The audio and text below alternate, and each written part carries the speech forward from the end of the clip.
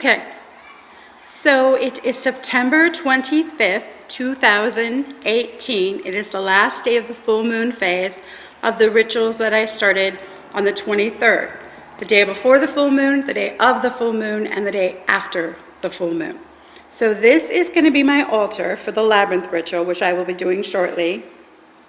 And what I did was I actually made a diagram because I thought maybe it would better help explain what I'm doing.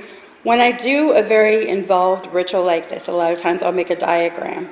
Of course, that's me in the center on the Yggdrasil tree under the full moon, looking for truth and return to my dream time. And I am planning on doing a Yggdrasil ritual in the second half of the dark half of the year, which would be winter, probably around Yule. I just have to find the perfect spot to do it because I actually do want to suspend from a tree.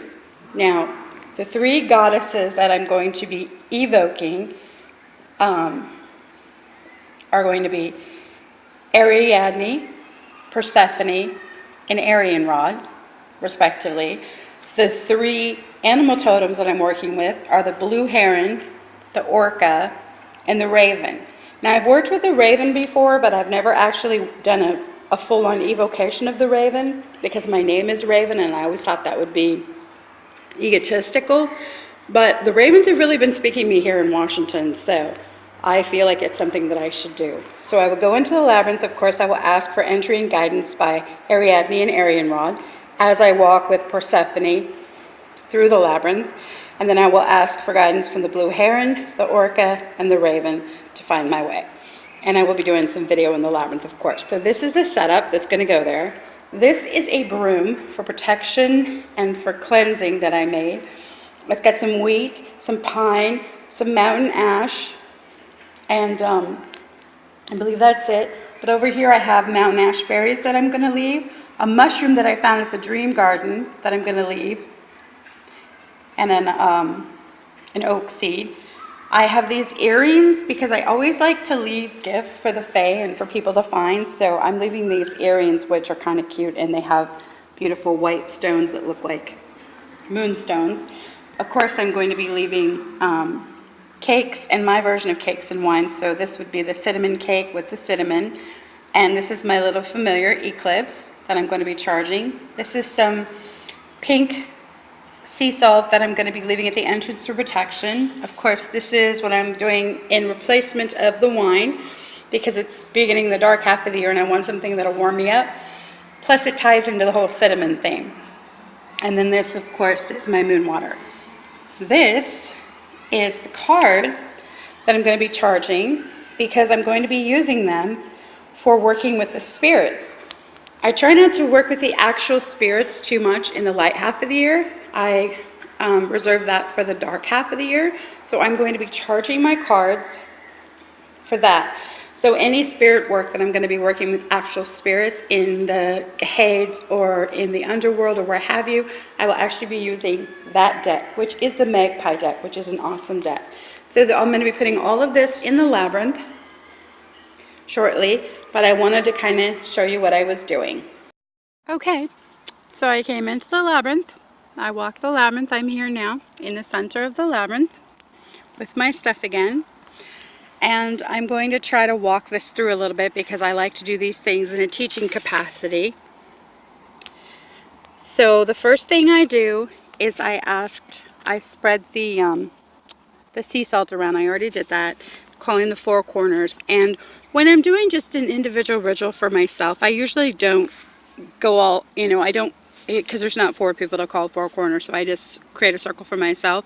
And as I'm doing that, I say the names of the runes to myself, and I call the four corners that way. So I will start by taking my broom, and I'm just going to kind of cleanse the area here. Again, there's the labyrinth, a little bit of it for you. So I'm just going to kind of cleanse the area, clean it for my ritual, make it protected, basically, asking for protections. And I'm charging my eclipse ring there, my little eclipse familiar, kitty familiar, which I wear when I do my readings.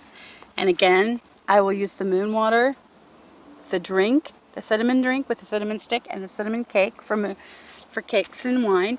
And I've left the earrings there. There's the other things, and there's the cards that I'm charging. So I'm going to go ahead and evoke, not invoke, these goddesses and animal totems. Now, the difference, remember, between an evocation and an invocation is when you evoke something, you're basically just asking it to come and help you. It's like sitting down and having a cup of tea and getting to know something. If you invoke something, you're actually asking it to come into you. It's more of a channeling, and you're basically becoming that for a certain period of time. But I'm just going to be evoking. I've worked with these goddesses for a long time, so I'm basically just asking them to come in and to bless my circle. So I'm going to start with Ariadne, weaver with thread of fate, keeper of sacred gates. Arianrod with intellect and silver sight, of the silver wheel, making apathy and cruelty put even-handed and right. Persephone,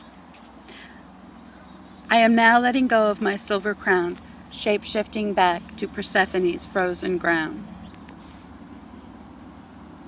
I ask for guidance from the blue heron, which seems to be wanting to work with me now. Has to do with ancient magic, connection to the ocean, connection to all things aquatic, and definitely keeper of secrets. The raven, to help me see in the darkness, but especially to help me see in the dreams. And of course the orca, the record keeper, returning to the tribe again, remembering all the stories of kith and kin, and all the stories of the myths and lore. The bard, the true bard. That they may help me as I take my pilgrimage and suspend from Yggdrasil tree. With my helpers, the two ravens, and Luna above me.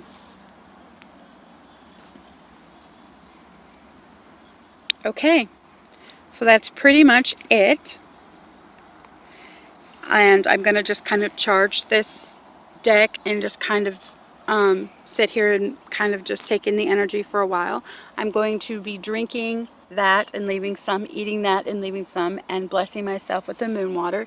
And as you can see, the sun is going down. So this should be perfect. The moon should be up soon. Luna should be up soon. And I should be able to do my shamanic dream excavation right here in the center of this amazing labyrinth. I took half of the cake and I left the other half, and now I'm going to do the apple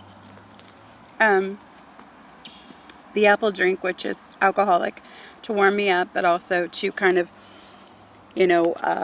toast. That's why I decided to use alcohol. Because what I'm going to do is I'm going to do a traditional toast. It's a toast where you toast to someone who's passed on, and then you boast about something that you've done for the year that you're proud of, and then a roast, usually if you have more people in the circle, but I'm not going to do that because there's no one here. I mean, I could roast Loki, but I don't think I'm going to be doing that right now. I'm not going to be tempting it.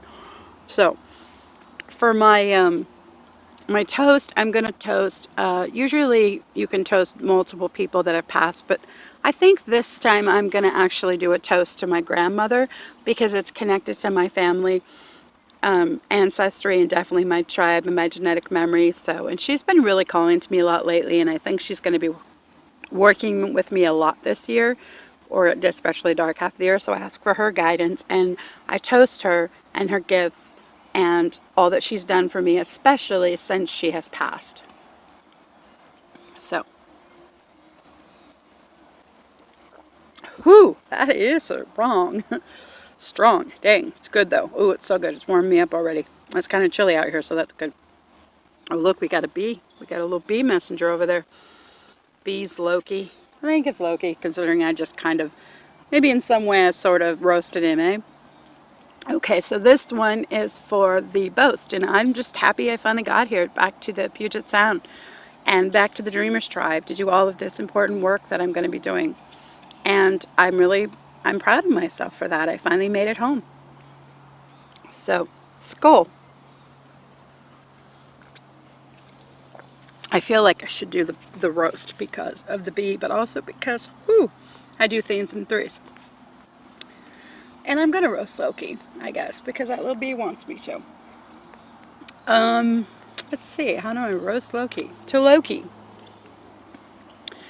May one day you find yourself gnawing on your own tail. Brother. Skull. All right, whew, that is strong. So I put that down there. That's gonna go in the center. I'm going to be leaving that for the wise ones and the fae. And I'm going to be leaving the cinnamon stick. Okay. So now I'm going to anoint myself with that moon water. I'm just going to sit here and kind of meditate, still waiting for the sun to completely go down, soul shining brightly for all to see, so that Luna can come up. And I can do my shamanic dream excavation. So that is what I'm doing. It's not the greatest picture, but there she is. There's Luna. Finally she came up, so here goes the full moon water incantation. As the ebony of the cosmic gate is open, I do decree each rising Luna enhances the gifts of the dreamer and seer in me, and of whether dusk or dawn, or all encompassed between, I shall see that which so craftily has been kept from me. Sweet dreams, dream deeply.